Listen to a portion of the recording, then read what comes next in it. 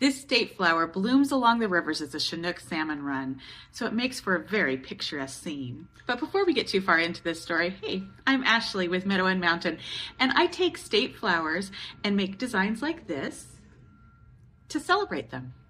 And this week we're talking about Idaho and the Syringa. The botanical name for the Syringa is Philadelphus lewisii, which is a nod to Meriwether Lewis of the Lewis and Clark expedition in the early 1800s. He wrote about this flower when they went through, and so they named it in honor of him. As soon as Idaho became a state in 1890, they decided to use the Syringa as a representation of the beauty of the state and the historical significance. But it didn't become the official state flower until 1931.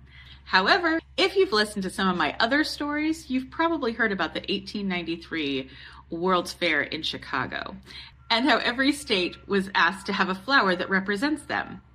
And once again, the Syringa, though it wasn't the official state flower for many more years, went to the World Fair and represented Idaho. And actually, so many people loved the Syringa that a lot of people started growing them.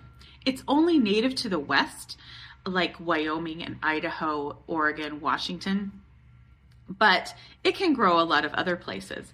Another name for it is the mock orange because the flowers smell a little bit like oranges and bloom in May to June, late April, May to June.